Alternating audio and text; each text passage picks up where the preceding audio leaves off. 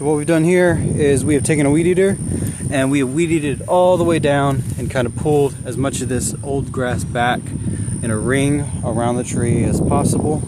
And now we'll put the cardboard down. So this is about what it's going to look like. I still need a little bit more cardboard. You have to have a very thick overlap. As you can see, you can pull this back relatively far most of the time and not see any grass. This is going to help suppress that grass and is a necessary step for long-term grass suppression. Alright, so in terms of what cardboard you use, you definitely don't want any plasticky textures. You can see this is all brown. Yes, technically the cardboard has a glue that's not great for the soil. However, if you really look into it, even food grade cardboard, it's actually covered in petroleum products. There's a disclaimer on the box. Just about all of them have that. So we just use what we can get. If you see anything like a Diet Coke box, for example, where it's got that kind of I got one I can show you. So this stuff here, it's kind of flashy. It's got like that really plasticky outside on it. You don't want this stuff. But this is fine. This where it's just like a printed box.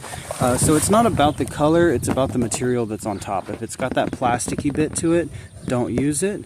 If it's just like a standard cardboard that's been printed, go for it. So our next step is actually going to be taking that edging and putting it back on the tree.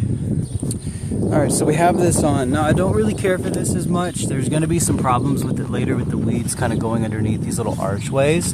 Let me show you what I would actually prefer. So what you actually want is going to be something like this brick here. These bricks can be put together and weed eated up against relatively easy. And if you keep it down to the dirt here, you're not going to have as much weed pressure trying to go in. But at the end of the day, we're going to work with what we have. This is what we have. So we have a couple inches out. That's going to help while the mulch is setting in. The weeds are not going to have as much pressure going in, and you can continue to weed eat around. And we're going to add the mulch now. All right, so I've basically just poured the mulch in, and then we're just going to go in. I don't want it too close to the base of the tree. I want the thickest portion away from it. And we're just going to kind of spread this out to where we don't see any more cardboard. And with that, I've actually gone back and just kind of put some pressure all the way around just to make sure it's got good contact. And then we threw the drip line back on. And honestly, guys, that's it.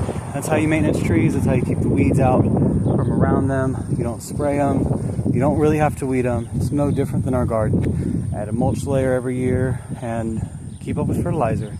As always, peace, be kind out there, and we'll see you on the next one.